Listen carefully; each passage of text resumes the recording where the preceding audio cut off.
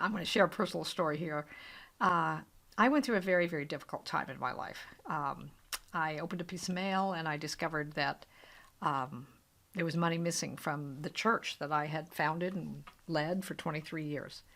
I found that there was mismanagement from the person I trusted most, who was very involved in that. I learned that there had been lies. I learned all kinds of things. And by the time I found out and my board found out, it was too late to save the work that I had built. We had to close the whole thing down.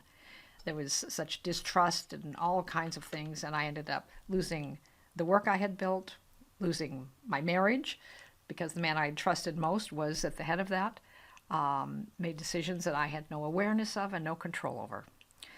I lost the house I lived in. It was bankruptcy. This is in 2003 and 4. There were several $1 million of debt due to the congregants who had loaned money to buy the facility we were operating out of. And rather than bankrupt the whole thing, I decided to pay back those congregants or spend the rest of my life attempting to. I had no idea. When you talk about rocky times or dark times or difficult times, I was looking at no job, no business, no marriage, no house, and millions of dollars that I had agreed to repay. And I had no idea how to do that.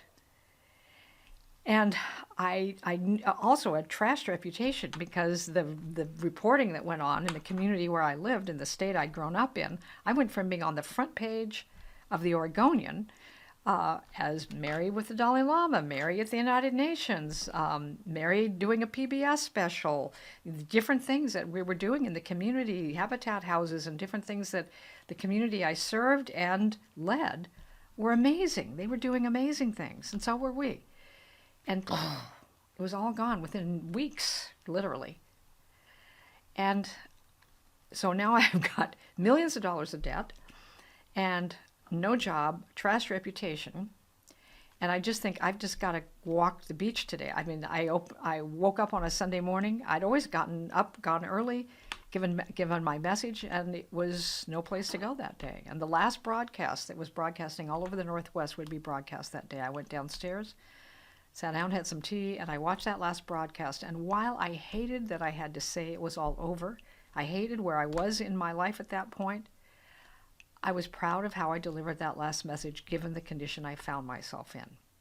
You can do that right now. No matter what's going on in your life, you can not like the situation you're in, but you can do your best while you're in it. You can hold your head up high inside yourself by not denying it, not running from it, not defending it, not blaming others for it. If you're in a situation, I have a responsibility for the situation I'm in, and you take accountability for that. And I decided to walk the Oregon coast that day. After sobbing my eyes out that first day, I went down from Portland, Oregon, down to the Oregon coast. I just thought, one day is not going to do it. I went into a real estate office in this little tiny beach town on the Oregon coast. There was a woman on a Sunday afternoon in that real estate office, and she goes, "Oh, Mary." She says, "Oh, honey, you've been through it, haven't you?" And I looked at her, and she says, "You don't know me. I've come to many of your women's retreats. I've seen all the stuff in the paper. Oh, so bad." And I said, "I know, bipolar manic experience in decision making is not, the news. It's bad, corrupt minister is the news. So, I'll find my way through this." I said, "I'm looking for a place, like a room I could rent in somebody's house. I just need to be at the beach for a few weeks and try to get my head on." And she says, "Oh, there's a couple that has a beautiful new home. It's in the rental pool. It takes 4 months to get in the rental pool. They told me the other day if I have somebody I trust who they could stay there just for the cost of utilities." So I had a place to stay, and then I began to walk that Oregon coast every day, hours.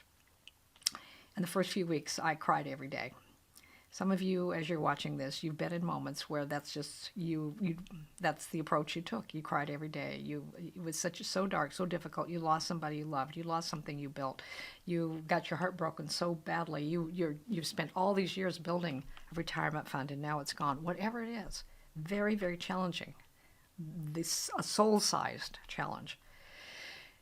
And after about 5 weeks, one day I'm walking the beach, and I hear inside myself, "You're still breathing." And I was so happy to hear from that voice that many of us know that is inside of us. It's a voice of calm. It's a voice of peace. It's never frantic. It's never critical. It's that voice, that true voice. You're still breathing. And then I heard dark chapter, not your whole book. And I was the first thought I had is I could write, I could create new work. I loved what I was doing in helping people. And if I created new work, I had a hope of helping repay all the people. If I created a new work, I had no idea what that would mean or how that would do. It was the first thought I had that this is a dark chapter, but it doesn't have to be my whole book. We have dark chapters we're dealing with. So dark chapter, not your whole book. And then I heard right behind that, so what did he do on Saturday? And that voice speaks to each one of us in a language we can understand. What did he do on Saturday? And as a minister of a non-denominational church, I had delivered 23 Good Friday meditation services. I had delivered 23 in 23 years, Easter sunrise and Easter daytime celebration services. And I had never once asked the question, Friday's the crucifixion, Sunday's the resurrection, what happens on Saturday? What happens on Saturday? And I realized I was in a Saturday. The old life was gone. The new life had not yet emerged. And I was in that in-between zone between a life I had had and a life that would come forth if I led myself across the chasm of that unknown place. And I decided I want to do Saturday really well. I want to learn how to do Saturday really well. And within a short amount of time, my friends, Wayne Dyer, Marion Williamson, Les Brown, Gay Hendricks, others who knew me, and many, Bob Proctor, majorly, and others, Michael Beckwith, invited me to they were inviting me to their stages. They knew who I was. They knew deep down who I was, regardless of what the newspapers were saying. And over time, I began to build again, and I decided to build, instead of a nonprofit work, a profit-making work, so that I could touch more people, reach more people, and also have an opportunity to build and pay something monthly on that. Just, when I first figured out, all right, I'm going to pay 15 cents on the dollar that comes my way. I've got millions of dollars. This is when I tell you a tool called do the thing you can do with what you have. Start where you are with what you have and take action on it. So I have a vision of paying millions of dollars. I have a few handful of dollars that are coming in. And I said, well, I'm not going to wait till I have the money to pay it back. I'm going to pay 15 cents on every dollar. And I made a commitment to do that. And so every dollar that came my way, I took 15 cents off the top. And then when I started figuring out, I thought, okay, so 15 cents goes to the repayment fund, 37 cents goes to the federal government. Once I moved to California, it was over 15%, 16 or something that was taxes here in California. And I turned around and I went, oh my gosh, I've got 33 cents to live on every dollar that comes my way. How am I going to live on 33 cents? And what I'm encouraging you to do as you do these practices, you have access to the infinite, not just the internet. You have access to the mind that knows all things. How am I going to do that? And I heard, then you better make a whole lot of 33 censes.